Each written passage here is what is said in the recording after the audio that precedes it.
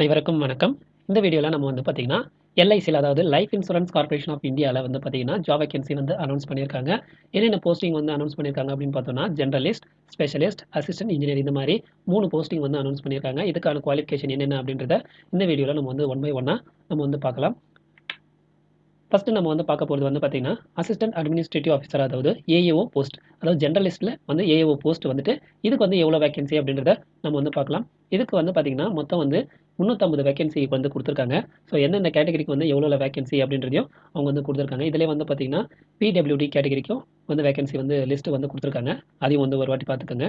அடுத்ததா வந்து பார்த்தீங்கன்னா, என்னென்ன டேட் அப்படின்றத குடுத்துருக்காங்க. ஸோ அப்ளிகேஷன் ஸ்டார்ட் ஆகுற டேட் வந்து பார்த்தீங்கன்னா, ஆகஸ்ட் 16ஆம் தேதியிலேருந்து செப்டம்பர் 8ஆம் தேதி வரைக்கும் வந்து நீங்க வந்து இதுக்கான இந்த ஜாபுக்கான அப்ளிகேஷன் நீங்க வந்து ஆன்லைன்ல ஃபில் பண்ணலாம் அப்படின்றத சொல்லியிருக்காங்க.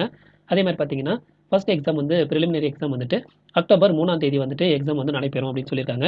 இந்த டேட்டுக்கு முன்னாடி 7 நாளைக்கு முன்னாடி தான் வந்து பார்த்தீங்கன்னா, உங்களுக்கான கால் லெட்டர் வந்து நீங்க வந்து டவுன்லோட் பண்ணிக்கலாம் அப்படின்றத சொல்லியிருக்காங்க. மெயின் எக்ஸாமும் வந்து குடுத்துருக்காங்க. நவம்பர் 8ஆம் தேதி வந்து இந்த எக்ஸாம் வந்து நடைபெறும் அப்படின்னு சொல்லியிருக்காங்க. அடுத்ததா வந்து பார்த்தீங்கன்னா, இந்த ஜாப்க்கு வந்துட்டு எந்த ஏஜ் இருக்கணும்? எஜுகேஷன் குவாலிஃபிகேஷன் வந்து குடுத்துருக்காங்க. ஏஜ் வந்து பார்த்தீங்கன்னா, மினிமம் வந்து பார்த்தீங்கன்னா, உங்களுக்கு வந்து 21 வயசு வந்து கம்ப்ளீட் ஆயிருக்கணும். மேக்ஸிமம் வந்து பார்த்தீங்கன்னா, 30 வயசு தாண்டி இருக்கக்கூடாது அப்படின்னு சொல்லியிருக்காங்க. ஒவ்வொரு கேட்டகரிக்கும் வந்து பார்த்தீங்கன்னா, ஏஜ் ரிலாக்சேஷன் வந்து குடுத்துருக்காங்க. இந்த ஜாபுக்கான எஜுகேஷன் குவாலிஃபிகேஷன் வந்து பார்த்தீங்கன்னா, நீங்க டிகிரி வந்து கம்ப்ளீட் பண்ணியிருந்தா போதும் அப்படின்னு சொல்லியிருக்காங்க.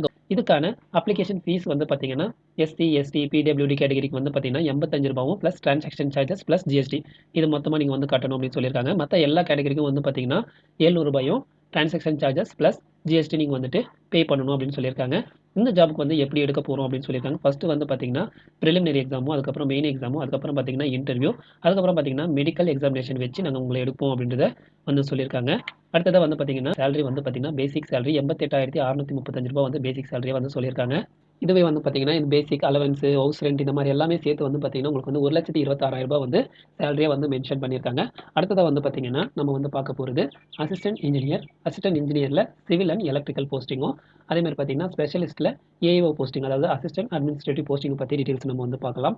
இதுக்கு வந்து பார்த்தீங்கன்னா, ஃபர்ஸ்ட் வந்து அசிஸ்டன்ட் இன்ஜினியர். இதுக்கு வந்து மொத்தம் 81 வேக்கன்சி வந்து குடுத்துருக்காங்க. ஸோ எந்தெந்த போஸ்டிங் வந்துட்டு எவ்வளோ வேக்கன்சி, என்னென்ன கேட்டகரிக்கு வந்து எவ்வளோ வேக்கன்சி அப்படின்றத வந்து குடுத்துருக்காங்க. அது வந்து ஒரு வாட்டி நம்ம வந்து பார்த்துக்கணும்.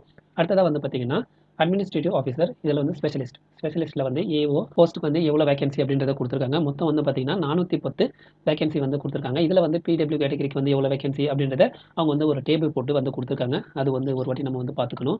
அடுத்ததா வந்து பார்த்தீங்கன்னா, இதுக்கான எக்ஸாம் டேட்டும், அப்ளை பண்ற டேட்டும் வந்து குடுத்துருக்காங்க. ஸோ அதே மாரி தான்.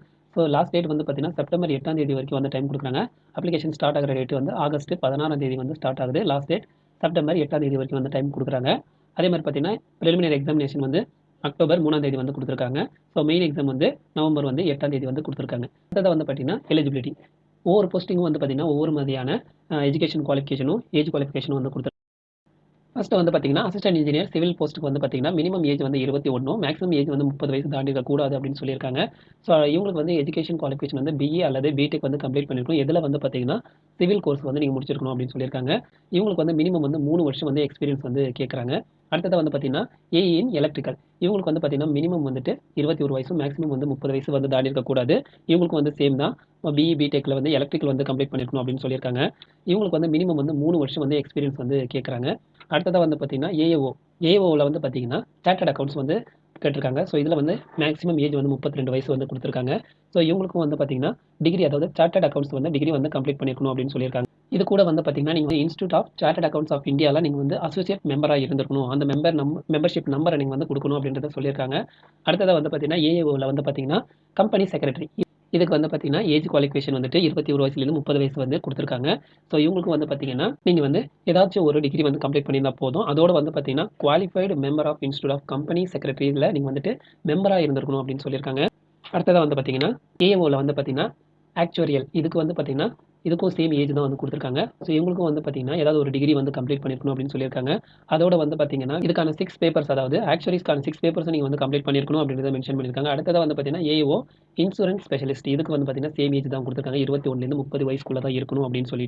இதுக்கும் வந்து பார்த்தீங்கன்னா, ஏதாச்சும் ஒரு டிகிரி வந்து கம்ப்ளீட் பண்ணியிருந்தா போதும். அதோட வந்து பார்த்தீங்கன்னா, உங்களுக்கு வந்துட்டு ப்ரொஃபஷனல் குவாலிஃபிகேஷன் இன் லைஃப் இன்சூரன்ஸ்ல ஃபெலோஷிப் கேட்டிருக்காங்க. அதோட பார்த்தீங்கன்னா, உங்களுக்கு வந்து 5 வருஷம் வந்துட்டு எக்ஸ்பீரியன்ஸ் வந்து கேட்குறாங்க. அடுத்ததாக வந்து பார்த்தீங்கன்னா ஏஓவில் லீகல் இதுக்கு வந்து பார்த்தீங்கன்னா 21 வயசுலேருந்து 32 வயசுக்குள்ளே இருக்கணும் அப்படின்னு சொல்லியிருக்காங்க. இவங்களுக்கும் வந்து பார்த்தீங்கன்னா லா டிகிரி வந்து கம்ப்ளீட் பண்ணியிருக்கோம் வித் 50% மார்க்கோட. இதுவே வந்து பார்த்தீங்கன்னா எஸ்சி எஸ்டி பிடபிள்யூடி கேட்டகரிக்கு வந்து பார்த்தீங்கன்னா 45% வச்சிருந்தாலே போதும் அப்படின்னு கேட்டிருக்காங்க. அதோட வந்து பார்த்தீங்கன்னா உங்களுக்கு வந்து போஸ்ட் குவாலிஃபிகேஷன் எக்ஸ்பீரியன்ஸும் வந்து கேட்டிருக்காங்க. இதில் வந்து எக்ஸ்பீரியன்ஸ் இருக்கணும் அப்படின்னு சொல்லியிருக்காங்க. அடுத்ததாக வந்து பார்த்தீங்கன்னா இதுக்கான சேலரி வந்து பார்த்தீங்கன்னா 88,635 ரூபாய் வந்து சேலரி வந்து பேசிக் சேலரி வந்து சொல்லியிருக்காங்க. ஸோ மொத்தம் அதாவது அலவன்ஸ் ஹவுஸ் ரெண்ட் இந்த மாதிரி எல்லாமே சேர்த்து வந்து பார்த்தீங்கன்னா 1,26,600 ரூபாய் வந்து சேலரி வந்து மென்ஷன் பண்ணியிருக்காங்க. அடுத்ததாக வந்து பார்த்தீங்கன்னா இதுக்கான அப்ளிகேஷன் ஃபீஸ் வந்து பார்த்தீங்கன்னா எஸ்சி எஸ்டி பிடபிள்யூடி கேட்டகரிக்கு வந்து பார்த்தீங்கன்னா 85 ரூபாயும் plus GST plus transaction charges இது எல்லாமே கட்டணும் அப்படின்னு சொல்லியிருக்காங்க. மற்ற எல்லா கேட்டகரிக்கும் வந்து பார்த்தீங்கன்னா 700 ரூபாய் plus transaction charges plus GST வந்து நீங்கள் வந்து பே பண்ணணும் அப்படின்னு சொல்லியிருக்காங்க.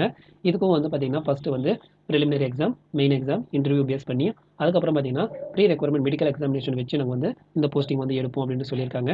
இந்த போஸ்டிங் வந்து நீங்கள் வந்து அப்ளை பண்ணணும் அப்படின்னா இந்த வெப்சைட்டுக்கு நீங்கள் வந்துட்டு இந்த நோட்டிஃபிகேஷன் இருக்கும். இந்த நோட்டிஃபிகேஷன் கீழே அப்ளை நோ அப்படின்னு ஆப்ஷன் இருக்கும். இந்த ஆப்ஷனை நீங்கள் வந்து கிளிக் பண்ணிங்கன்னா உங்களுக்கு வந்து இந்த மாதிரி பேஜ் வந்து வரும். இதில் வந்து பார்த்தீங்கன்னா ஃபஸ்ட் டைம் ரிஜிஸ்ட்ரேஷன் பண்ணுறேன் அப்படின்னா நீங்கள் வந்து click here to for new registration அதை கிளிக் பண்ணி நீங்கள் வந்துட்டு இந்த ஜாப்க்கு வந்து நீங்கள் வந்து ஃப்ரெஷ்ஷாக வந்து அப்ளை பண்ணணும். ஏற்கனவே ரிஜிஸ்டர் பண்ணிங்கன்னா அந்த ரிஜிஸ்டர் நம்பர் வச்சு நீங்கள் வந்துட்டு லாகின் ஐடி பாஸ்வேர்டு யூஸ் பண்ணி நீங்கள் வந்து அப்ளை பண்ணலாம். இந்த வீடியோ உங்களுக்கு வந்து யூஸ்ஃபுல்லாக இருந்துச்சுன்னா இதை மற்றவங்களுக்கு வந்து ஷேர் பண்ணுங்கள். இந்த வீடியோக்கு ஒரு லைக் கொடுங்க, மற்றவங்களுக்கு இதை ஷேர் பண்ணுங்கள். மறக்காம நம்ம சேனலை சப்ஸ்கிரைப் பண்ணுங்கள். நன்றி, வணக்கம்.